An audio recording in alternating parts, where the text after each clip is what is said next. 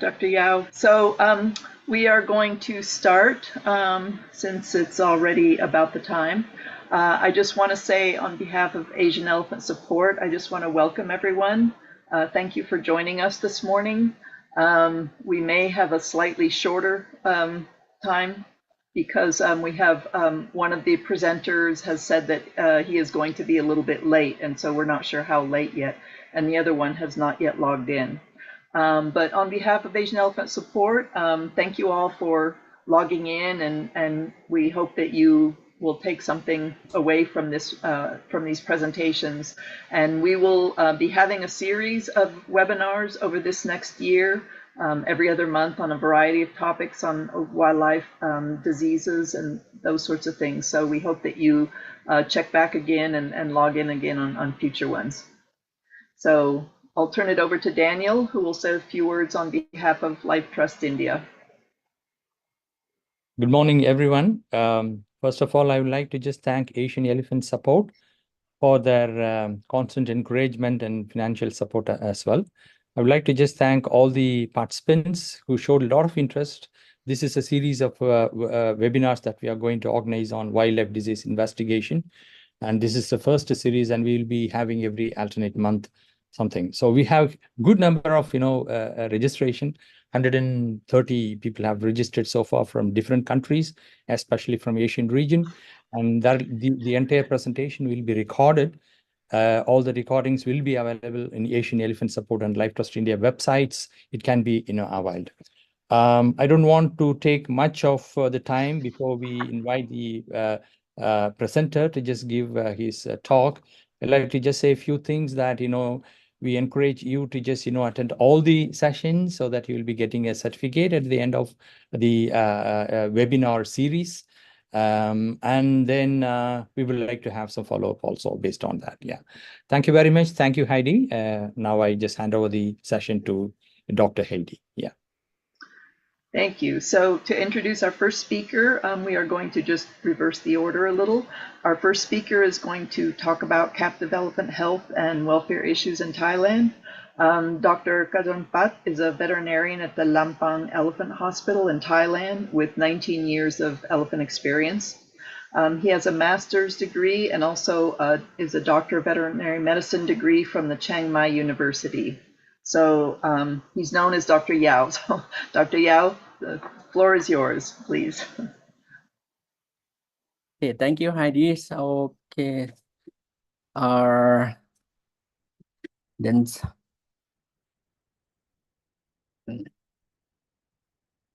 going to share screen for and yeah.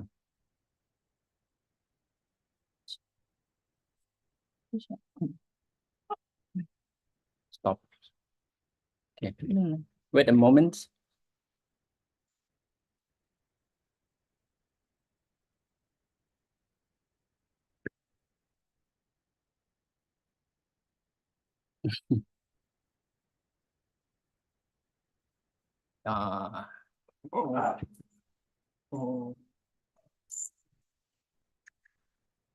Cancel. Okay. And then sorry for okay.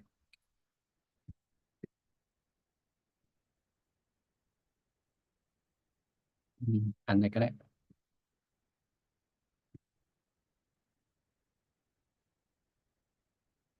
ไม่ได้ยอม Okay. And share screen.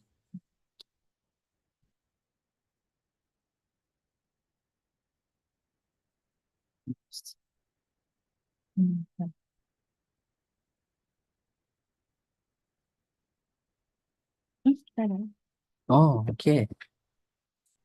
เข้าไปดู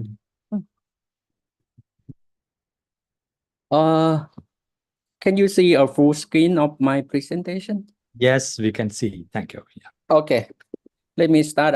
Good morning, everyone. My name is Khajohnpat Boonprasert. I'm a veterinarian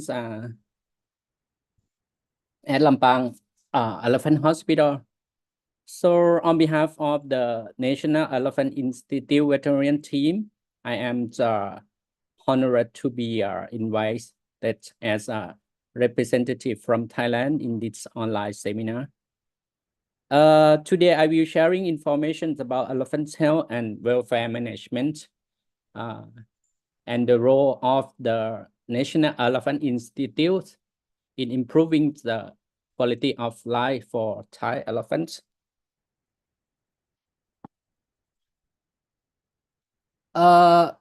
First of all, I would like to provide some general information about the Thai elephants to help you better understand the status of elephants in Thailand. There are two types of Thai elephants. The first is wild elephant, which is live in the natural habitat. The second is the captive elephant, which is under human care and management. In the wild, populations of elephants in Thailand is estimated to be around 3,000 to 3,700. These distributed across 69 protected area and in national park throughout the country. These wild elephants are under the responsibility and management of the Department of National Park, Wildlife and Plant Conservation. Then we're moving to captive elephants. Populations of Thai captive elephant approximately 4,252 captive elephants are living in Thailand. The population structure analysis of 4,200 captive elephants in Thailand show 1,473 males and 2,779 females, respectively. Most of the captive elephants are in tourist attraction areas, while others are employed in teak and rubber wood plantation, reside in zoos or live in the temple, respectively. These captive elephants are registered with the Departments of Provincial Administration and the Department of Livestock. The highest number of captive elephant is found in the northeast of Thailand, followed by the north, south, and central regions, respectively. In Thailand, a few government organizations are involved with the health of captive elephants. First is the Department of Livestock, which primarily handles elephant health and health law and registration. The second is our veterinary school at universities, which focus on research, knowledge development, and innovation in elephant health. The third is zoological park organization, which provide healthcare to zoo elephants and private elephants that are in zoo working contact. Lastly, the National Elephant Institute mainly conduct field work to provide veterinary services for captive elephants. About my organization, the National Elephant Institute is a state enterprise operating under the Forest Industry Organizations, Ministry of Natural Resources and Environment. Our mission consists of the following. The first in conserving and sustaining the Thai elephants population to ensure elephants will not become extinct in our country and can be passed on to future generations. The second is providing elephant healthcare and veterinary services, both at our elephant hospital facility and through on-site services. The third is conducting research and development to improve the health and welfare of Thai elephants. The last is conserving Thai elephant cultural knowledge and educate the public about elephants. A division under the National Elephant Institute that is major involved in and operate elephant healthcare activities is the Elephant Conservation Division. The Elephant Conservation Division consists of 5 major parts. The Elephant Hospital, this is the primary unit responsible for treating elephants. We currently have 2 elephant hospitals, Lampang Elephant Hospital located in the north, and Krabi Elephant Hospital located in the southern of Thailand. Mobile Elephant Clinic, this unit provides veterinary services directly in elephant camp or elephant that living in remote area by mobile car. Elephant Rescue Unit, this unit handles dangerous situations such as capturing elephants during match or rescuing elephants affected by natural disaster. Elephant Research and Disease Monitoring Center. This center operates laboratory activities, conducts research, and monitor important disease in elephants. Pangla Rehabilitation Center, also known as the last home for elephants, serve as a sanctuary for elephants in need of long-term care. This slide shows the location,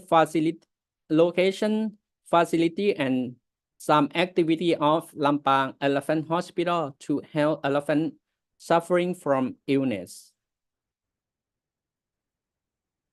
This slide shows the location, facilities, and activities of Krabi Elephant Hospital. The Mobile Elephant Clinic is a unit that operates on site in elephant habitats, providing routine healthcare services such as treatment and deworming, which is administered at least twice a year. We aim to cover all captive elephants across Thailand. Moreover, the mobile unit also collects data to update our elephants database and gather samples for disease surveillance and monitoring. This slide presents some examples of our mobile veterinary services and elephant owner education in remote area. The elephant rescue team is responsible for handling emergency and dangerous situations, such as capturing elephant in mass to minimize the risk of harm to both humans and elephants. The Elephant Research and Disease Monitoring Center focuses on laboratory work to provide laboratory resources for accurate diagnosis and good treatment plans. Moreover, this unit also collects important data for disease surveillance and monitoring, including, for example, EHV and tuberculosis. Pangla Rehabilitation Center is a place as known as the last home for elephants that require long-term care. The elephant living there mainly includes elderly and handicapped elephants. Additionally, this center has an elephant herbal medicine factory that produces herbal supplements for distribute to elephants that require natural supplements. Next topic is an update on elephant health status in Thailand based on conservation activity and healthcare operations of the Elephant Conservation Division over half of this year and the previous 2 years. This chart and table presents our activities through the mobile elephant clinic, which includes elephant history checks, health checks, and deworming. On average, our service covers at least 2,000 elephants a year across the country.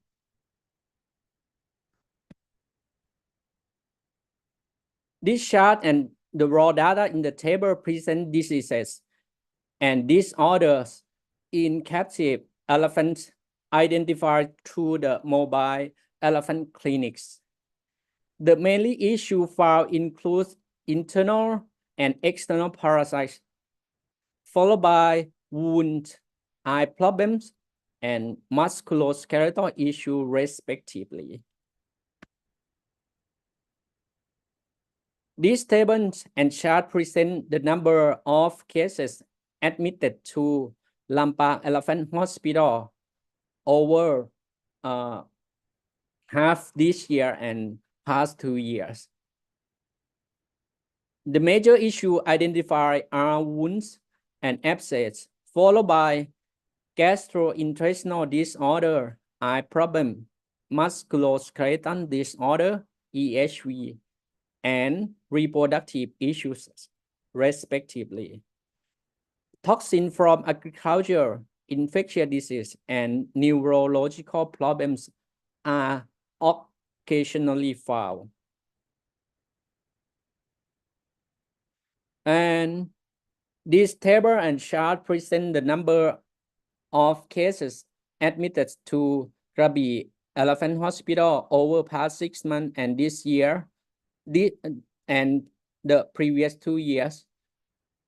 The major issue identified are gastrointestinal disorder, followed by musculoskeletal disorder, wound and abscess, eye problems, and food problem, respectively.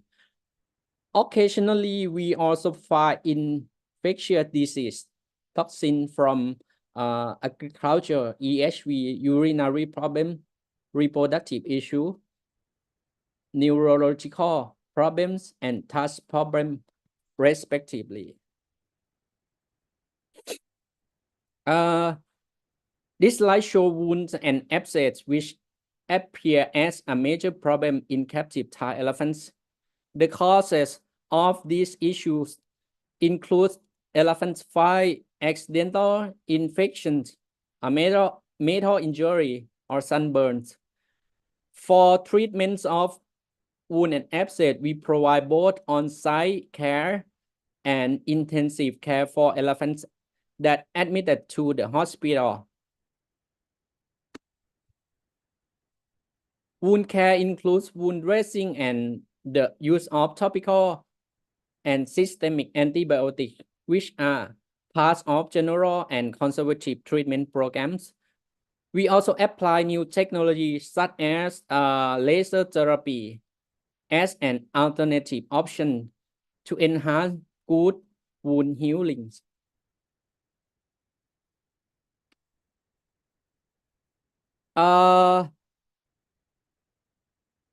Some serious musculoskeletal problems include metabolic bone disease, broken legs from fighting, or work-related injuries. These issues are difficult to handle treatment or management, even when the elephant is admitted to a hospital facility.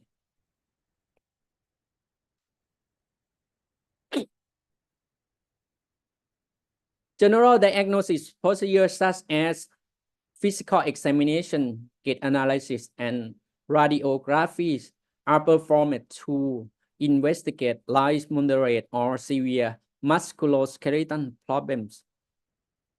However, additional options such as thermography and serum blood profile are required to enhance accuracy of the diagnosis. Medical therapy, cool and hot massage, cast, or soft bandage are therapeutic techniques used for light to severe musculoskeletal problems. In our hospital facility, we also use alternative equipment such as a laser, ultrasound therapy, and peripheral magnetic stimulations for cases requiring intensive treatment. Surgery is another technique we aim to develop and apply for severe cases, such as bone fracture. While our success with this technique has been limited so far, we are hopeful that it will become a viable option for helping elephants in the near future.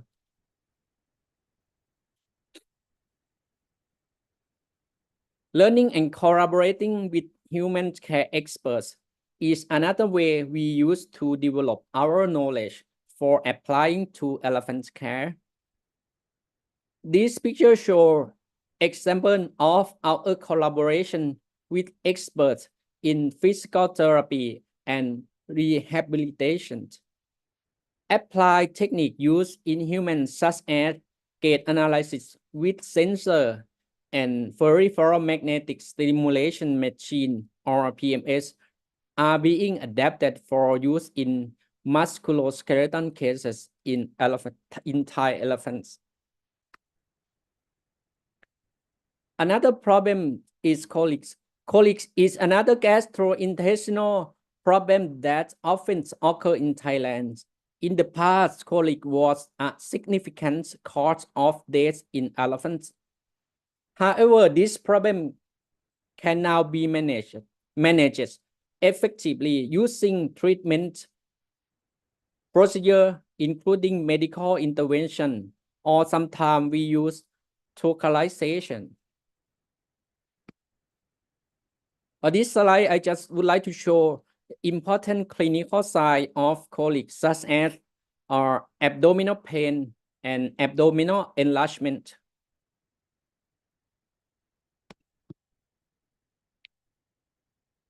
So in this slide, present general procedure for addressing colic, including fluid therapy and enemas. Additionally, in some cases, we administer liquid paraffin via gastrointubation or use localization to release gas from the intestine. In complicated cases such as esophageal obstructions, advanced techniques are applied.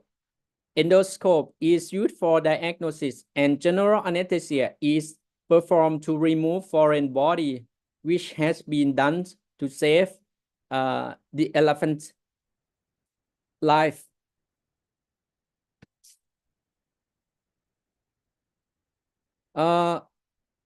Move to another important viral disease that causes of death in young calf is EAHV.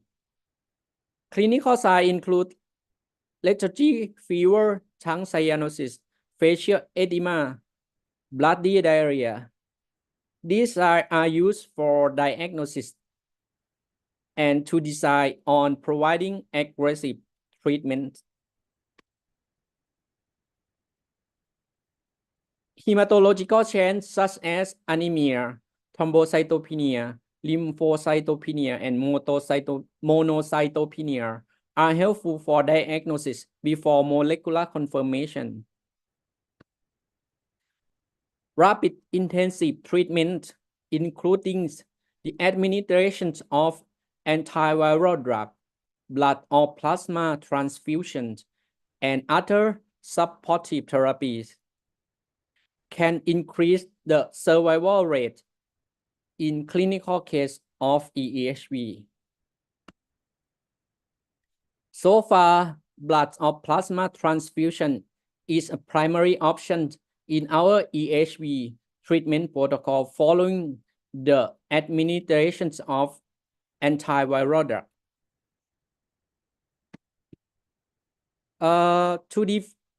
To defend against this viral disease, networking is crucial.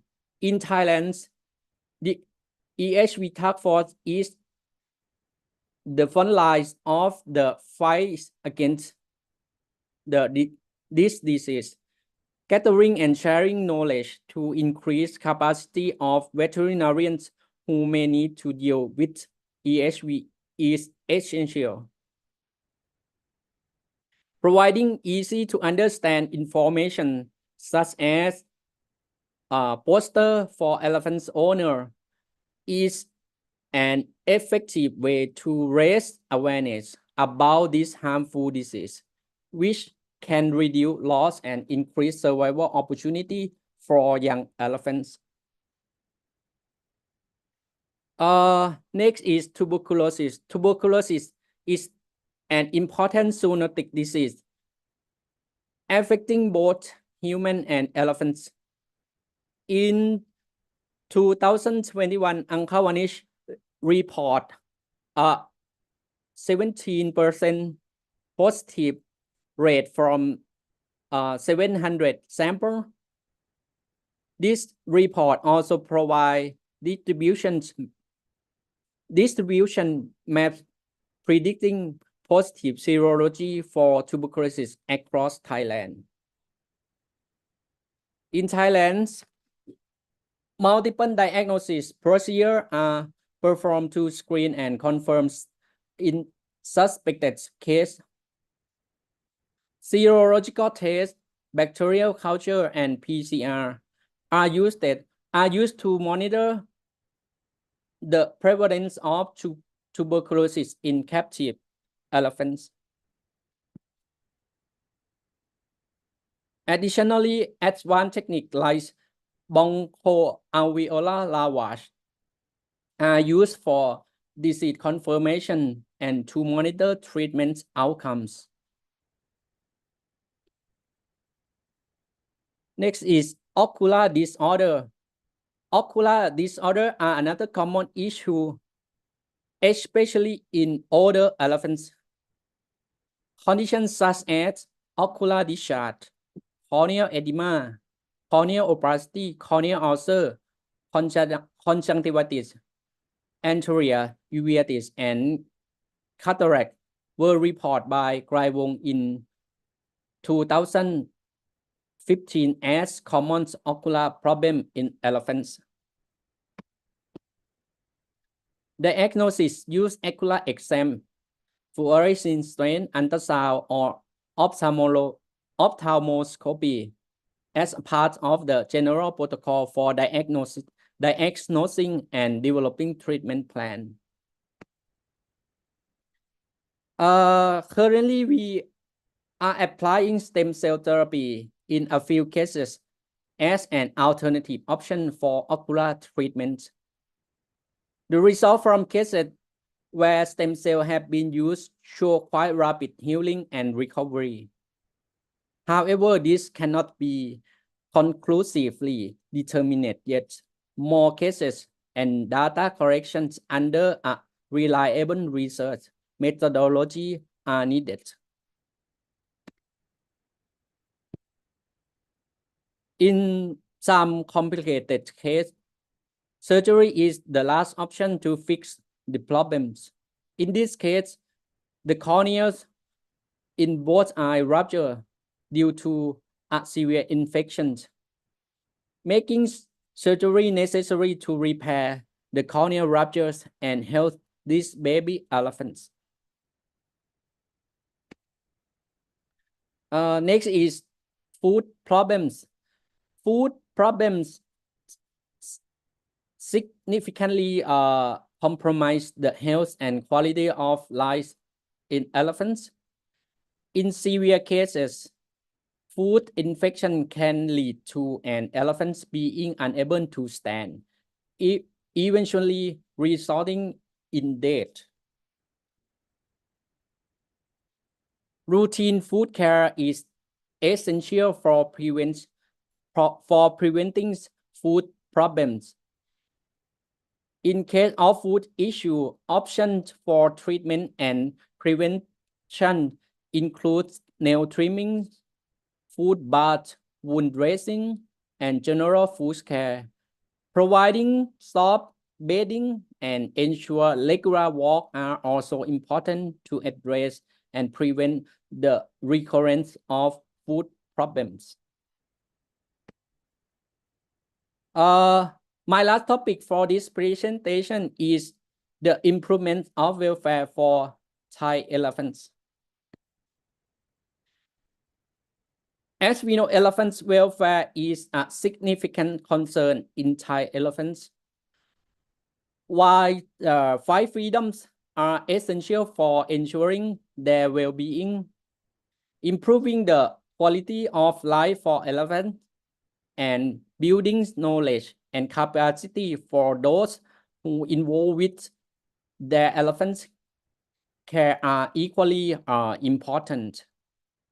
For Thai captive elephants, good health quality is supported through various elephant health facilities across country. Currently, 7 elephant hospitals provide veterinary services and healthcare, contributing to improving the quality of life for elephants throughout Thailand. Additionally, promote high standard for elephant camp facility under law and regulation is crucial. This approach contributes to improving welfare by ensuring that living conditions for elephants meet established standards. Furthermore, we believe that mahouts play a crucial role in providing welfare for elephants. Mahouts who care for elephants should adhere to standards set by experts and be certificated by professional institutions. In Thailand, we have implemented a mahout occupational standard and professional qualification programs. This initiative indirectly enhance the welfare of captive elephants by ensuring that those who care of them meet high professional standards. The Elephant Healthcare Workshop for mahouts is another program aimed at increasing knowledge and capacity among mahouts. These outcomes of this program is mahouts gain a better understanding of elephant health and can provide good care for elephants under their supervision. Under the Human Resources Development Initiative, we are increasing the capacity and experience of veterinarians through various workshops. This approach helps upgrade their skill, enabling them to better ensure the health and welfare of Thai elephants. This slide shows an example of a skill upgrade program for veterinarians through an acupuncture workshop. And this is the workshop that we brainstorm and collaborate with nutritionists to develop meal formulas for orphans or baby elephants that require meal replacement under various conditions. Okay, that is concluded my presentation. I hope information shared will be valuable to all participants in this seminar and encourage future collaboration to enhance the quality of life for elephants. Thank you for your attention. Yeah. Thank you, Dr. Khajohnpat, for the wonderful presentation. We were able to just see the various activities that's happening there in your location. There are a few questions posted in the chat box. If you can view them, view and directly answer, that will help us. Or if you want me to just read it out, I can do it also. I think I can chat direct. I can answer directly. Thank you. To chatting.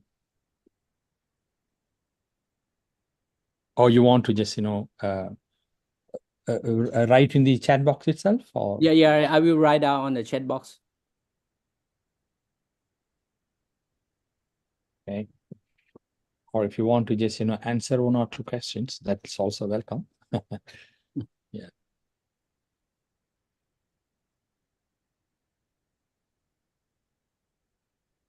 Meanwhile, is there any questions from the participants? If you can ask any questions, you can unmute your mic and then ask any questions, please. I have a question. Okay.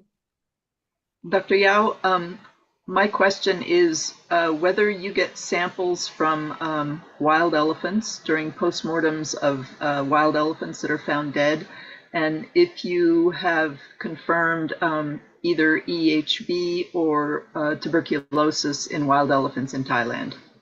Mm-hmm.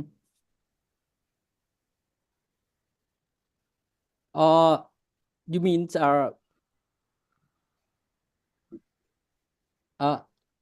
pardon, could you repeat your question again, Heidi? Sure. I was wondering if you ever get samples of postmortems on wild elephants that are found dead, regardless of the cause, and whether you have identified if tuberculosis or EHV has been identified in wild elephants in Thailand.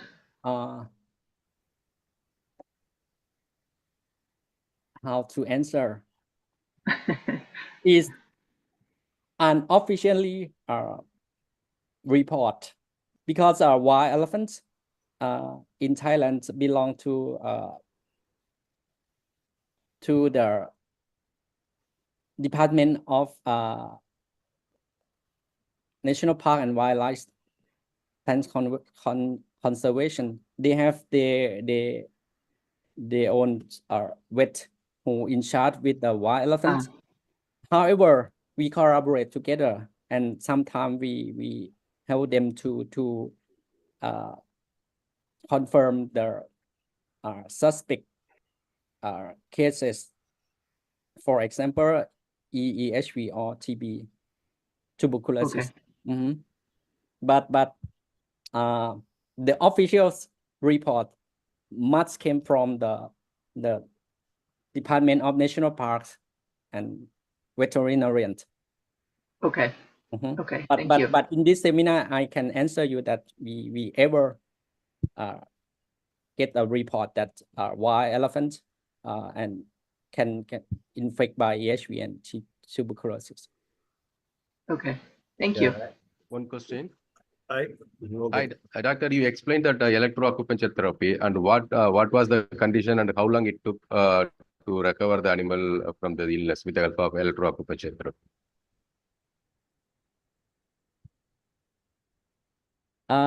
Please remind your question again slowly. Yeah, you show one of your slide. You are also practicing acupuncture therapy for elephants. So what kind of problem the animal having and how long it took to recover the animal from the illness with the help of electroacupuncture?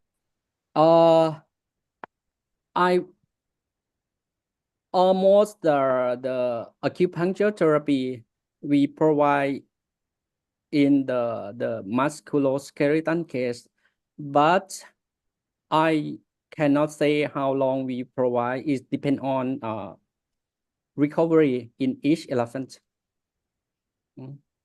Yeah, right now I'm practicing the same for the elephant cough met with a train accident. It extremely showing hindquarter paralysis. For past 3 months, we are using the animal now started using the hind limb and started walking. So that I'm just learn further more from you to understand further better. Thank you. Yeah. Can I ask you a question, please? Sure. Yeah. Yes. What about electrocution cases? Do you come across? Because in India, we have this major issue with electrocution. And being a pathologist myself, we keep receiving samples, skin samples, charred areas for diagnosis of electrocution cases. Do you come across any such cases like that? And how do you go about your diagnosis? And one more question is, for histopathology, do you have your own institute or you send it elsewhere for histopathology diagnosis? You want me to repeat? For wild elephants, our works not cover in wild elephants. I might not good person for answer these questions. As I know, in the case of wild elephant that die from electricity, they do necropsy and send to laboratory in the university as well.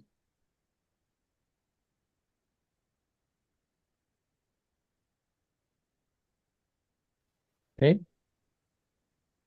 Thank you. Thank you. Is there any other questions? I think, Daniel, if you can read the questions in the chat and let Dr. Yao answer those, I think that would be helpful. Okay, yeah. Or maybe good, Daniel, you correct and copy paste on the Microsoft Word and send me directly, and then I will write out in each question. Okay. And reply back to you. Okay. Okay, maybe later we can just send it to. Yeah. Is that fine, Heidi? Yeah, we can just send it to the people. Yes. Okay. Yeah. Okay. Yeah. So any other questions, please? Okay. Thank you. Thank you, Dr. Khajohnpat, for the wonderful presentation. It was very useful, and the discussion points. Dr. Yao, there's further questions about cross-matching for blood transfusions. Somebody is asking, what kind of cross-matching have you adopted? And information on blood transfusion cross-matching details are not available. Whoops, where'd it go? In our facilities for the cross-matching, we use screening by agglutination score from donor and receive. This is the first criteria that we use. If no agglutinations were found under microscopic, we will provide the donor blood for receiver. Do you have some sort of written protocol that we could maybe share with some of the people that are interested?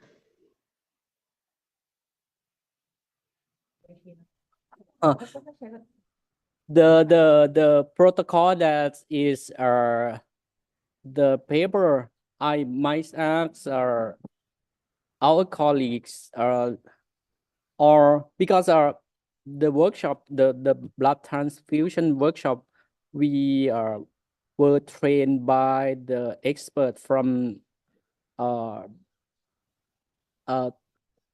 the professor in humans in the Faculty of Medicine, Chiang Mai University. It's if you need all the detail of the blood transfusion, it might take time, might spend time for for your for the study with the expert Okay. hematologist. But I will ask the papers from my colleagues. Okay, if there's any papers that are published, even if it's human medicine and that's what you're using, but that would be helpful. on field works, blood transfusions that we provide for elephants, we use the screening test by agglutination test. Okay, so it's similar to humans. Somebody is asking if it's like in canines and what type of blood typing needs to be looked at. Let's see. There's another question here, I guess for either you, Dr. Yao, or Dr. Zha.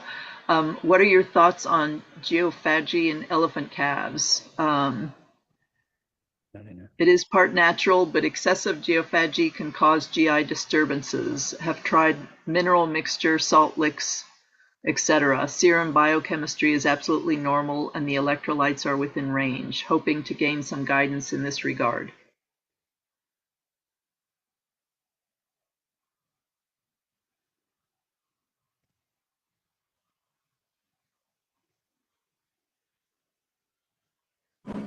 Yes, I think I agree. The GI problem is, depend on the geography and also the climate condition, and I mean the seasonally, because we found some GI problem during the summer dry season, so that's very maybe concern with the geographic condition with GI. Okay, great. Do you have, Dr. Yao, do you have anything to add to that? Just thinking how to answer. That's for my opinions, geography that relate with the GI problems.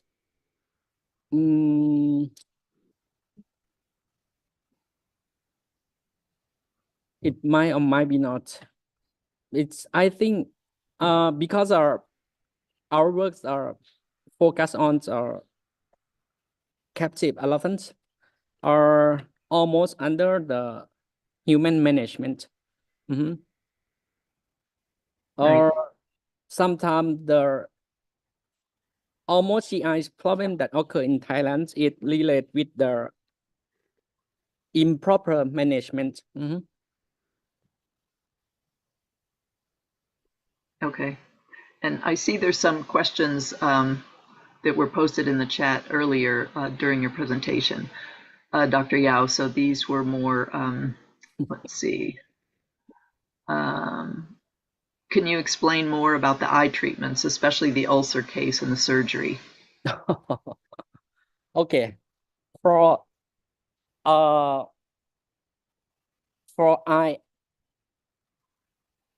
ulcer in the eye or cornea ulcer, first you might to diagnosis by using the ocular exams or confirmed by using the fluorescent strains, and possible you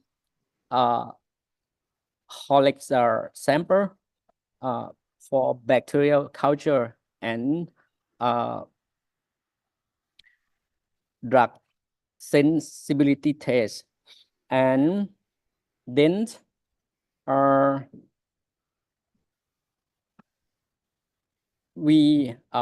you might starting provide topical antibiotics, then combine with the atropines or acetylcysteine, and you might have to monitor every day by using the your phone's camera or you write down your records. and for observe the recovery or progress of the ulcer. It's for the protocol, it's quite similar with other animals, quite similar in small animal, but for the surgery, is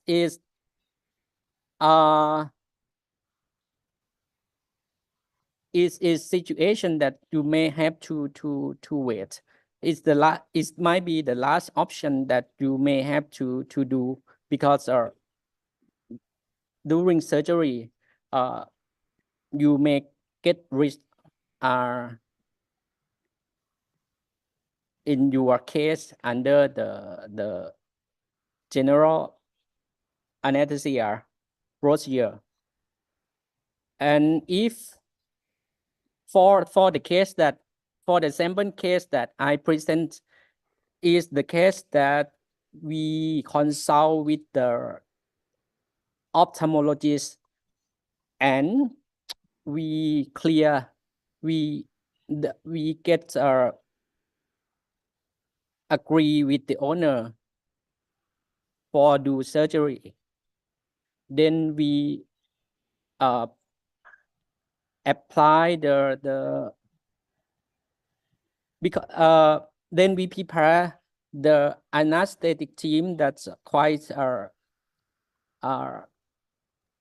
have more experience in general anesthesia in elephants, and we also have the expert ophthalmologists that can work together. And for case that I present, we use conjunctiva flap to cover the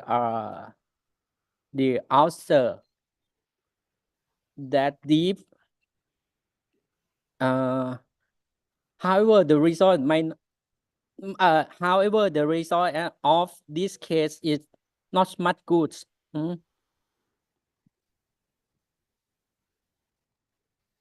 Is it clear? Yeah. Thank you. I think that's helpful. You have to for the surgery, you have to prepare the anesthetic team, our ophthalmologist team for do surgery, and supportive and monitoring team and Mahout supporting team. It may take over 20 or 30 participants in the operation. Yeah, probably similar to most surgeries, correct? You have to have quite a good staff that's planned ahead of time for a surgery. Yeah. Do you ever use the autologous serum for treating the initial corneal ulcer cases? That will a good option to that initial mild to moderate corneal ulcer that is making the ulcer very effectively and giving good healing, along with other antioxidants like beta-carotene and xanthine derivatives. Yeah. Do you use the autologous serum for treating the corneal ulcer cases? Oh, yes. We use a serum. That is giving the good result. Serum is the another option that we use. We combine with the antibiotics for topical treatment.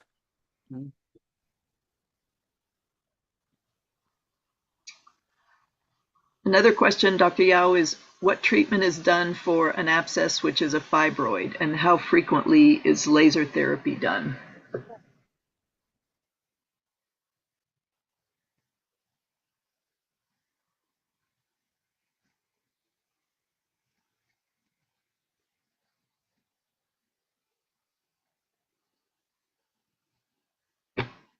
Dr. Yao, you're muted. Yes. I just talking with our team beside me because I have my support team that were expert. That's good. It depends on the your machines and class of the laser. For deep therapy,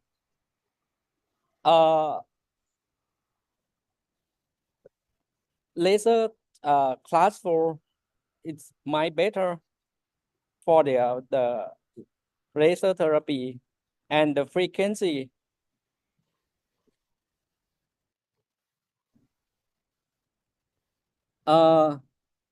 you may use for a week and then observe the recovery.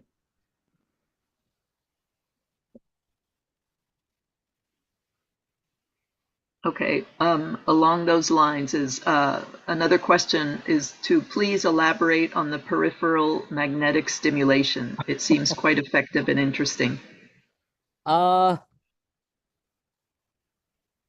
PMS is a new machine for us, and we use for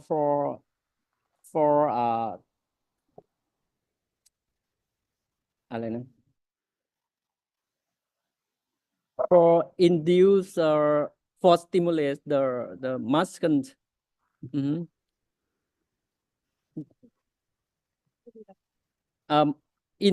the machine, we have many programs. For example, muscle relaxation, pain relief, and muscle stimulation is depend on a problem that you found in your elephant. I would not say that use the one technique for one case or one elephant. It might combine the techniques in your machine together and observe the progress, observe the result after you use PMS machine. And yes, and consult with the human specialists. That's our. Okay. This is a new technology for us. Just only one case and one elephant that we use we use the PMS, but in humans, many staff in the hospital, including me, use it oftenly for pain relief.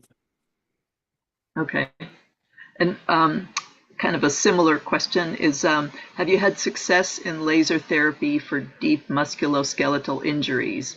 Is the depth of penetration to muscle and bone achieved with a class 4 laser? No, yeah.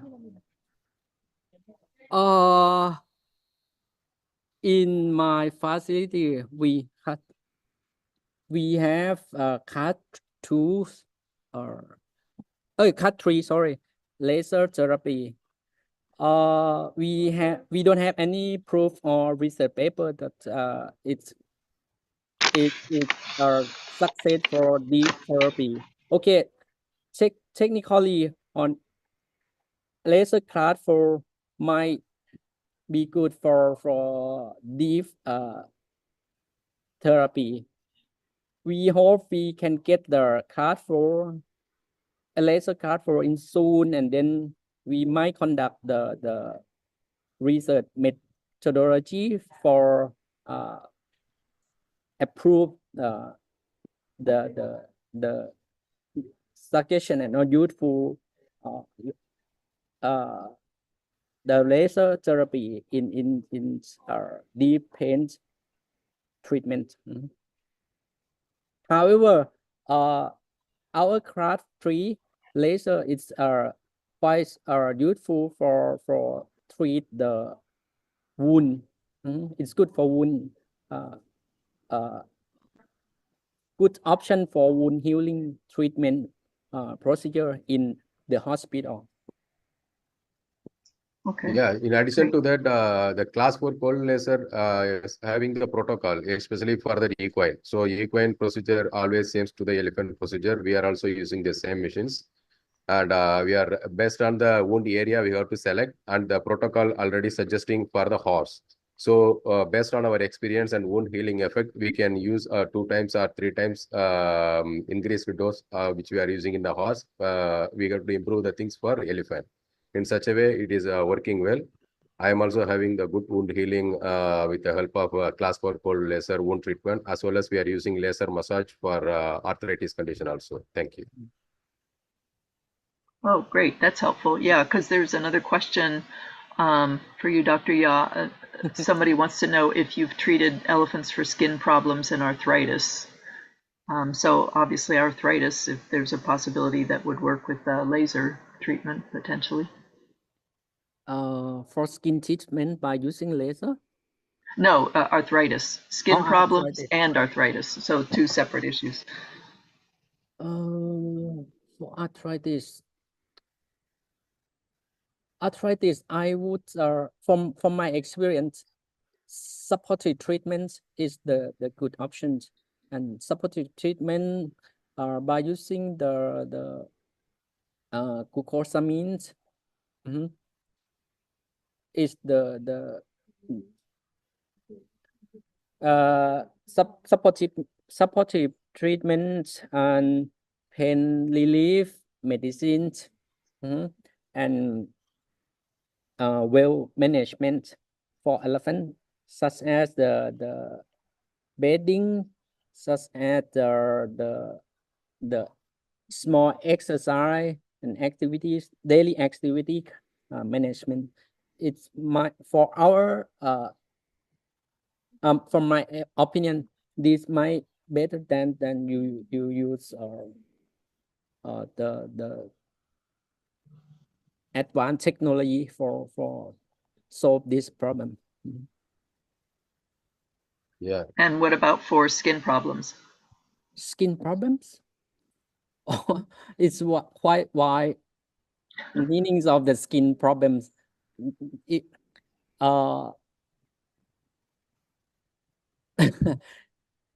it might specific skin problem by what? By infection, by injury. However, the often skin problem, for example, wound, right? That we use for treat, that we use the laser for treat. Yeah. Excuse me. In India, we used to have a lot of skin lesions like excess keratinous spike-like thing in the legs and the trunk area. So what we used to do, proper cleaning managements along with ethno-veterinary preparations, neem, curcuma langa, and coconut preparation, coconut oil preparation. We make as a paste for a month. So it is softening that area and giving good healing, and it's minimizing this reoccurrence of like dermatitis like lesions on the skin areas. Oh, that's interesting. Thank you. And let's see, one more question is, what common nervous problems have you encountered?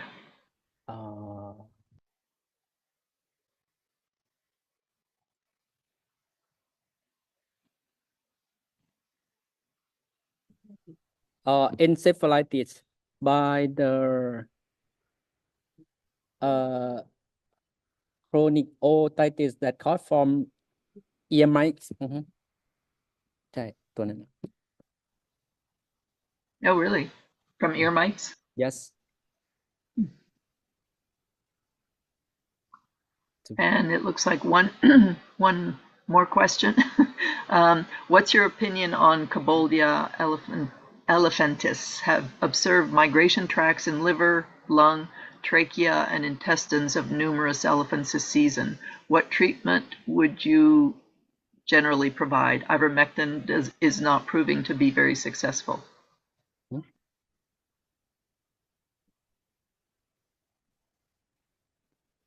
Cambodia elephants have migration tract in liver, lung, trachea, intestine.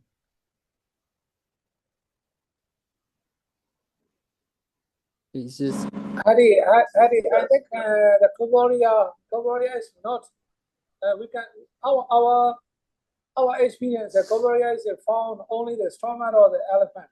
And sometimes we can found a heavy infestation. We can found inside of the trunk. normally this parasite is a group in larva live in the stomach, elephant stomach, and too many Gogoria came out from the mouth and from the trunk. Sometimes we can see in lunch during the to do the penetration. So it's a depend on the how seriously infected. So we can see that everywhere like the trachea too, and ivermectin. We also use ivermectin, but if elephants infested with heavily, you use ivermectin, very a few birds like the Gogoria, out of the species, very a few only can kill by the ivermectin. The most specific treatment is neguibone fauna.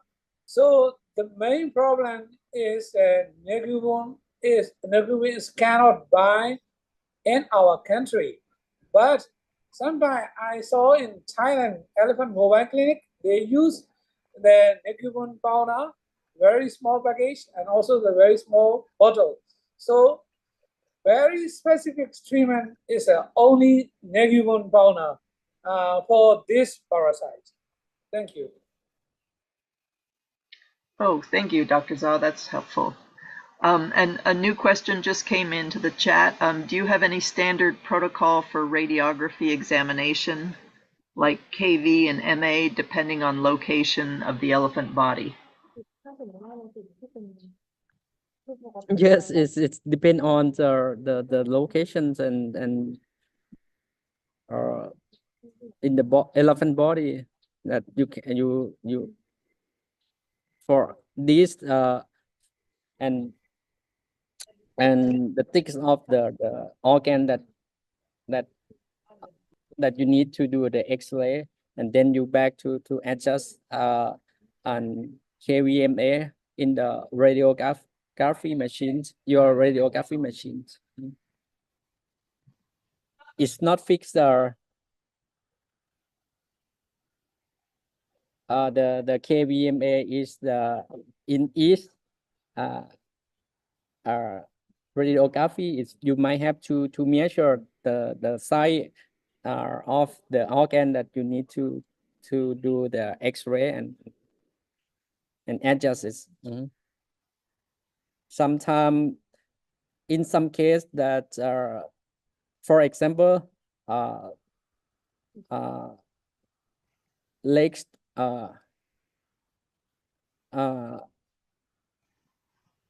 congestions or swelling, you may have to wait for you may have to provide medicine for reduce the swellings in the site, the problem site, the problem area before you do the X-ray. Okay, yeah, that makes sense. Are there any other questions? Anybody have another question that you want to ask? Unfortunately, our third speaker was not able to join, but we hope that he'll be able to join in a future webinar. But thank you very much, Dr. Yao and Dr. Zhao. Very informative presentations, and I think there was a lot of good information. And we would encourage, if anyone has any questions later on, please let us know, and we can pass it on to either of these two veterinarians. So thank you very much for having joined, and we really appreciate your time. And thank you again, and we hope to see you at the next webinar.